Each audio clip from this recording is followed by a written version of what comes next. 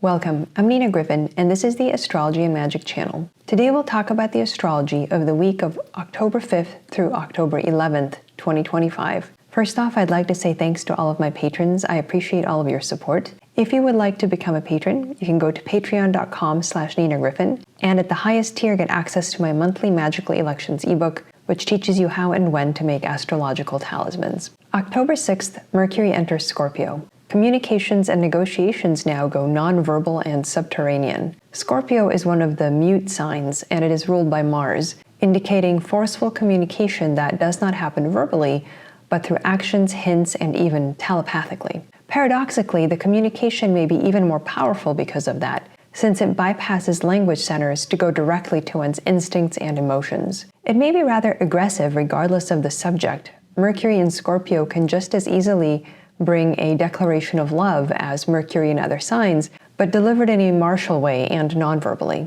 How effective or clear this style of communication is another matter. From an esoteric perspective, Mercury in Scorpio is Mercury traversing the underworld, in the charnel grounds of the universe where bodies decay and scavengers roam. Planets transiting Scorpio provide the opportunity to grow spiritually through confronting and embracing the dark aspects of existence that are taboo in modern Western cultures such as death and loss. I'm reminded of the characteristic seen in Himalayan Buddhist art of Buddhas and deities portrayed with their mouths open to show their fangs, representing the fierceness needed to spiritually digest and transform difficult experiences. October 6th, there is a full moon at 14 Aries. This is ruled by Mars in Scorpio, emphasizing themes of domination, conquest, and victory for the next 2 weeks, as well as separation. Because Mars is so powerfully placed in his own nocturnal sign, he will seek to achieve his aims indirectly or in a hidden manner, but no less powerfully for that. Mars also widely conjoins Mercury for an added emphasis on cleverness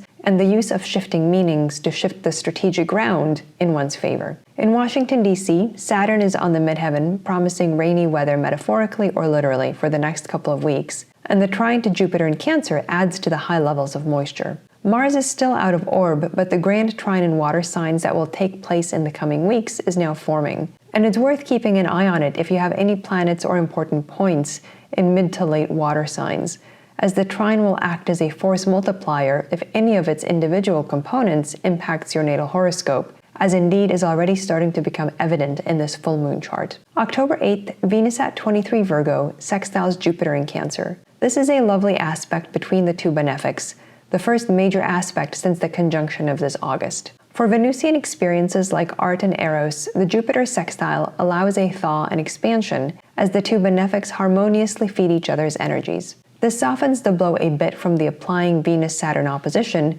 which may be somewhat tough on poor Venus. The advice now is not to identify with Venus, but with Jupiter. Embody the guru, not the lover. This way you stay on good terms with both Venus and Saturn, rather than receiving Saturn's baleful glare. Even if you find yourself in a Venusian role beyond your control, lean on jovial characteristics to help you overcome Saturnian difficulties. Remember the Hermetic motto, Venus overcomes Mars, Jupiter overcomes Saturn. October 11th, Venus at 27 Virgo opposes Saturn in Pisces. This is a challenging aspect for Venus that is softened a bit by the separating Venus-Jupiter sextile that is still in orb. Love feels frozen now or stuck, and the gentle, creative instincts to connect that Venus embodies may feel momentarily frozen or put on hold. This can feel like a bit of whiplash after Venus is sextile with Jupiter, but now is a good time to recall a reminder that transits are just that, transitory, and that this influence should not last very long. Thanks for watching. I'm Nina Gryphon, and this is the Astrology and Magic channel.